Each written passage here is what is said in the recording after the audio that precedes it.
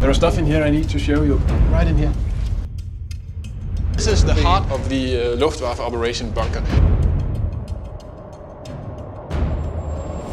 Buried beneath an unmarked forest trail near the German-Czech border was a bunker no one was supposed to find.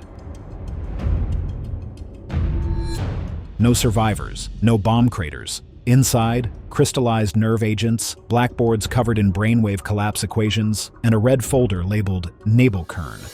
And it's an extraordinary program because all those involved knew what was going on. It's not as if they were blinded. They accept that euthanasia is a legitimate policy. But the real shock came deeper. Photographs of human test subjects, slumped in fog chambers, tagged only as S14. And when you hear what Phase 3, no response, really meant, you'll understand why this story was never meant to surface. To making troops do things that they couldn't normally do. It was almost like a chemical unlocking of superhuman ability. What was this place? They called it V49 Sud. That was the only thing ever logged. No staff rosters, no design blueprints, no operation manuals, just a name, buried in dusty wartime archives. But when researchers began comparing maps from the 1940s with newly declassified aerial photos, it became clear this wasn't an isolated bunker. It was one node in a wider network of underground facilities built during the later stages of World War II. And based on scattered notes from Blizna and Peenemünde, some historians think this one might have been part of Nazi Germany's chemical weapons black program. We're talking about tabun, sarin, the same nerve agents that Nazi scientists weaponized before anyone else in the modern world. Tabun was first synthesized by German chemist Gerhard Schroeder in 1936, and by 1942, Hitler's scientists had already begun producing it in deadly quantities at a facility called Die Herrenfurth, now in modern-day Poland.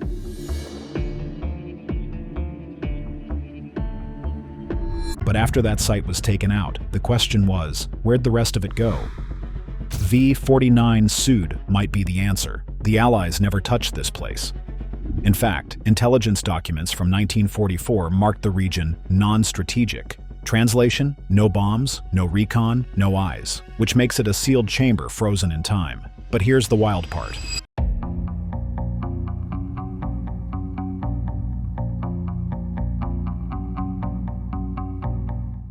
In a debriefing from a 1963 East German defector, there's one sentence that stands out. A mountain cell where the mist burns skin. People thought it was Cold War paranoia, until that exact phrase showed up in a handwritten field notebook recovered decades later at the site.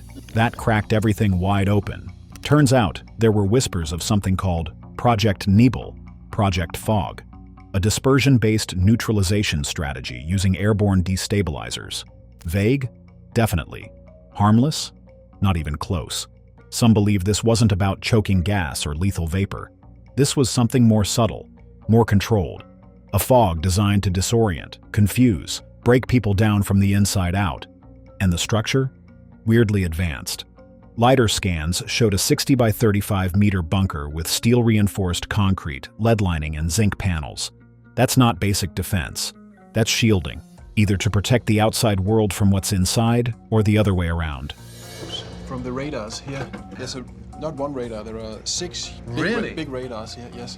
And this is the heart of the technology. Several architectural elements matched with Nazi blueprints recovered from Blizna and Peenemünde, both of which were key research hubs for the V2 rocket program and the Wunderwaffe initiatives. But V49 Sud didn't have launch pads or missile silos. Instead, it had laboratories, sealed rooms, drainage channels, and most disturbingly, a sub-basement with a medical wing. So why seal it? And more importantly, what were they hiding? For nearly 80 years, no one could open that door, until 2022. That's when a joint team of scientists, military historians, and archaeologists got clearance. And what they found behind the steel, that's where things went from secret to terrifying. Opening the lab.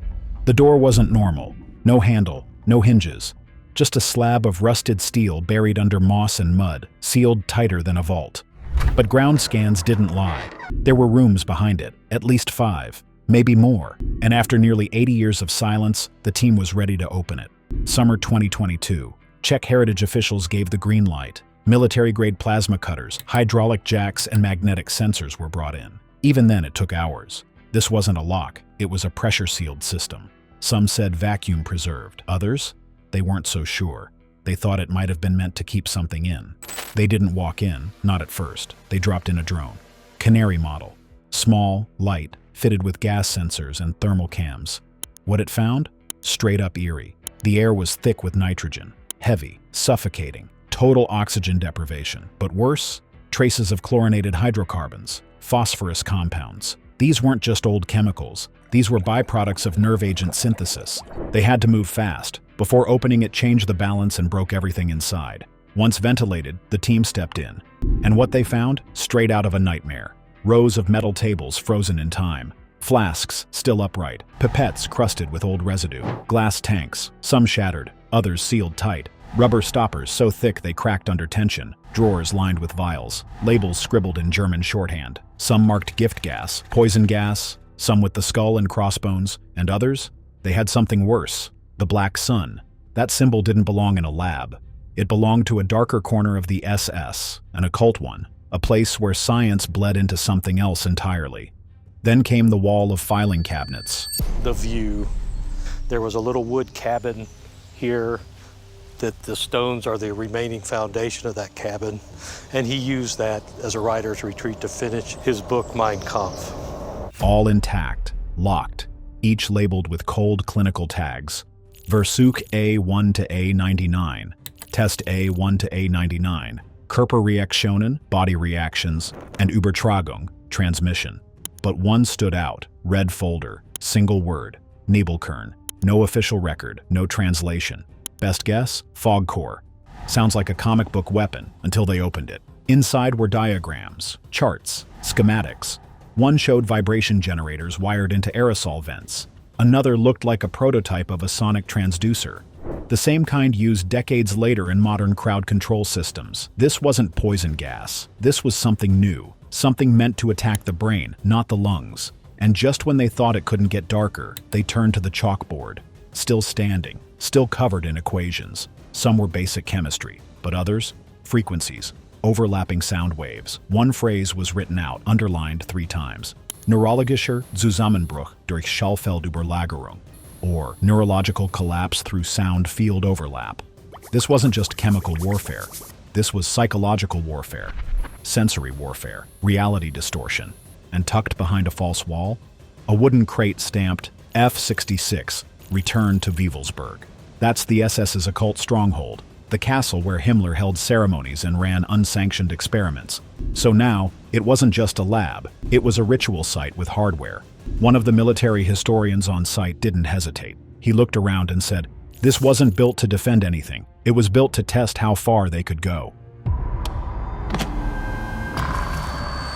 What they found inside. Once they had full access, the deeper they moved into V49 Sud, the more twisted it got. In one corner sat a row of sealed metal containers, not standard storage. These were lead-lined, some locked in thick milky glass and held shut with corroded clamps.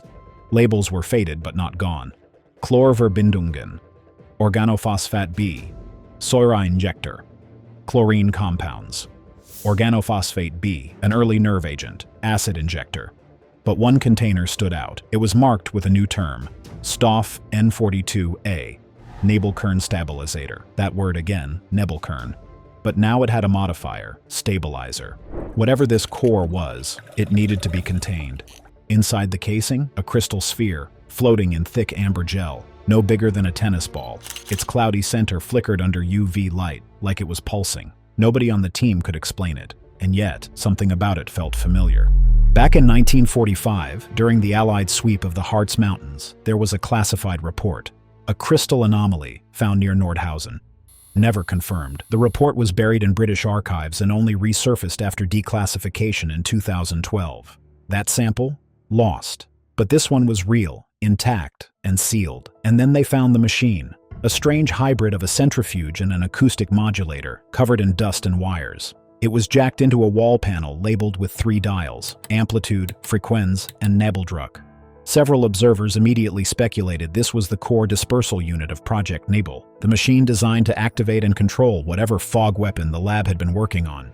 In a side room, The team found a large chalkboard with arcane-looking formulas and German inscriptions referencing Trägerschwingungen, carrier oscillations, and transdermal Aufnahme über Frequenznebel, transdermal absorption via frequency fog. The implication? This wasn't just chemistry. This was frequency-based chemical delivery, meaning the agents could have been activated or targeted using sound waves. Perhaps the most haunting discovery was a series of photographic slides and negatives stored in airtight cases.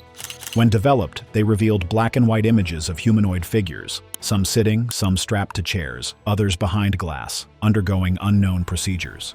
Their faces were obscured, their limbs sometimes blurred in motion, but the fear in their posture was unmistakable. The slides were labeled with codes, not names. One recurring subject appeared in over a dozen frames. Same tag, S14. In one slide, he's slumped forward, mouth open, mist clouding the chamber, and scribbled on the border of the photo. Phase 3, no response, breathing shallow. None of this was theoretical anymore, because in the next section of the lab, the team found the part no one wanted to believe was real. Were human experiments conducted? The answer hit harder than anyone expected. Yes. Deeper in the bunker, past the tanks and the test benches, the team reached a section they thought were just holding cells. But inside, cold light rigs overhead, rusted drains carved into the floor, steel tables fitted with leather straps, and tucked into the corners, old biometric gear, primitive but familiar, tubes for blood collection, a stuttering heart rate recorder, something that looked like an EEG, just older, rougher. One room was completely lined with lead panels.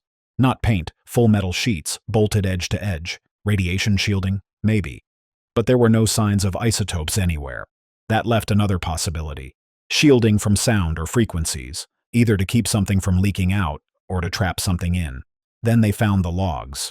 Behind a false wall, jammed in a rusted cabinet, was a stack of handwritten records, test entries, dozens of them, labeled and dated from June 1943 to October 1944.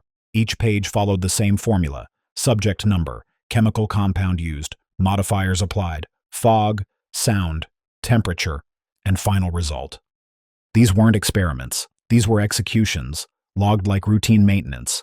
And here's what chilled the room. Some subjects were listed as Freiwillige, volunteers, but others, Zugänge von Lager 13, transfers from Camp 13. That name wasn't in any official Nazi camp registry, but historians in the room recognized it instantly. Camp 13 had long been whispered about, an unofficial black site near Dachau, used for operations too dark even for SS records. No confirmed proof, no photos, just scraps of testimony, until now. And then came Behrens. Buried beneath loose floorboards, the team found a small red notebook, leather cover. Inside, notes in frantic German shorthand. No formal signature, just a name on the first page. Dr. K. Behrens, and his handwriting told the story. One entry stood out. S14 has not slept in 3 days. The mist does not leave the lungs. We adjusted the frequency. He begged to stop. I told them to record the vocal tremors. That line broke the room. Who was this man? Who gave him power? No official record exists. But the notebook entries suggest he wasn't just a lab tech. He may have been the architect of the entire Nebelkern theory. So why did he vanish? Theories abound. Some say Behrens was executed during the Reich's collapse to prevent leaks. Others believe he was absorbed into post-war operations like Paperclip or Alsos, where former Nazi scientists were secretly recruited by the US and Soviet programs. One unverified claim from a 1952 CIA memo lists a Dr. Carl B. working on early brainwave monitoring devices in New Mexico. Whether or not this was the same man, the implications are disturbing. At the far end of the corridor, the team reached one final room. 2 steel chairs bolted to the floor, facing each other, an intercom panel in between, walls covered in acoustic foam. Some think it was an interrogation chamber. Others believe it was for testing communication breakdown under sound interference. No matter the purpose, whatever happened in that room left a stain nobody could scrub clean. To this day, the identities of the victims are unknown, but fingerprint samples and DNA swabs have been handed off to international human rights organizations. Silent evidence, waiting for justice. And just when you think this can't get any worse, why this lab changes what we knew. Before this bunker opened, the narrative was clean. Nazi science was brutal but primitive. Rockets, chemicals, grotesque medical trials, the stuff everyone knows. But what was uncovered in V49 Sud tore that script to shreds. Because here's the deal.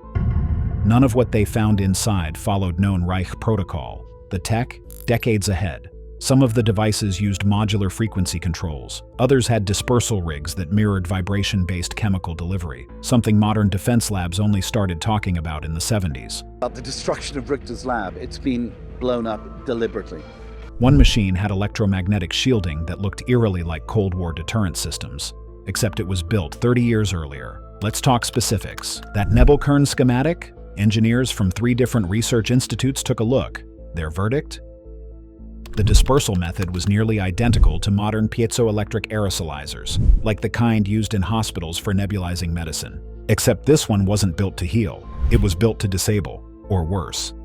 And here's where it turns sideways. Some recovered notes didn't use Reich-era metric units. They used measurement systems not recognized in any German military handbook. That kicked off a firestorm of speculation. Because if those units weren't German, the question is, where did they come from? One declassified memo, pulled from a dusty East German archive, referenced Technologies zu uns gekommen über Umwege, nicht Slawisch, nicht Arisch, nicht Russisch. That one sentence flipped everything. Was that coded language? Was it pointing to recovered tech from foreign sources? Or was it referring to secret alliances? Because the next theory is even more unnerving. Some believe V-49 Sud had ties to Unit 731, Imperial Japan's biological warfare division, both projects obsessed over fog, dispersal, and non-visible control mechanisms. They didn't care about unaliving outright. They wanted to override the human body. And one note inside V-49 Sud? Scribbled kanji next to a chemical compound? Coincidence? Maybe. But after everything else, hard to ignore. Still, let's say none of that is true. Let's strip away the theories. What's left? A lab that wasn't built to mass produce. There were no bunkers for ammunition, no troop barracks, no evacuation plans. It was a place built to ask questions no one should have been asking. What happens to the human body when exposed to infrasound for 5 straight hours? Can a chemical compound be absorbed faster if introduced alongside acoustic vibration? How does fear manifest in brainwave patterns when fog interferes with oxygen absorption? The answers weren't theoretical, they were measured, logged, graphed. In one notebook recovered from the lead-lined chamber, the following entry was found. Fog pressure level 3, subject lost speech, minimal eye response. After 15 minutes, 0 brain activity. That single entry, casually handwritten in red ink, implied the lab had successfully developed a weapon that could shut down the brain in minutes, without leaving any physical trace. Have you brought with you some of those devices which would have enabled the CIA to use this poison for, we have indeed, for killing people? If true, it means V-49 Sud may have developed the blueprint for a non-lethal neurological weapon 70 years before it ever appeared in public defense journals. So why haven't we heard about this? Because, according to leaked NATO internal correspondence, the facility was flagged as extreme sensitivity level 4. It wasn't that the discovery was too obscure, it was that what was found could challenge everything we think we know about Nazi science, Cold War research, and even modern defense strategy. There are forms of biological warfare that go beyond weapons as we think of them. One of the most hotly debated finds was a circular metal plate recovered from the deepest section of the lab. It had dozens of small holes drilled in a pattern resembling a Fibonacci spiral, a sequence often linked to natural order, but also observed in various acoustic resonance experiments. The object bore a cryptic label, Oscillator N Project. Engineers determined it was likely part of a frequency modulation system, possibly tied to the same neurological collapse mentioned on the blackboard earlier. Several independent labs are now testing replicas of the oscillator in soundproof chambers. Early results show that it can generate harmonic feedback loops at subaudible frequencies. In theory, it could cause nausea, disorientation, and cognitive breakdown in human subjects, even at low power. That's not science fiction. That's scientifically replicable. Which brings us to the real horror. If Nazi Germany was this close to inventing frequency-based control weapons in the 1940s, how far have modern militaries gone since? It's no secret that DARPA has experimented with acoustic crowd control, infrasound disruption, and neurological mapping using non-invasive tech. But none of those programs, at least publicly, have ever claimed to erase brain activity in 15 minutes. And yet, this obscure lab from 1944 might have done just that. So what was really going on behind that sealed door? Was it science, sorcery, or something even darker? Could this change what we thought we knew about World War II? And why is no one talking about the other sites just like it? Hit that subscribe button if you want more stories they don't want you to hear, and drop your theories in the comments, because something about this still doesn't add up.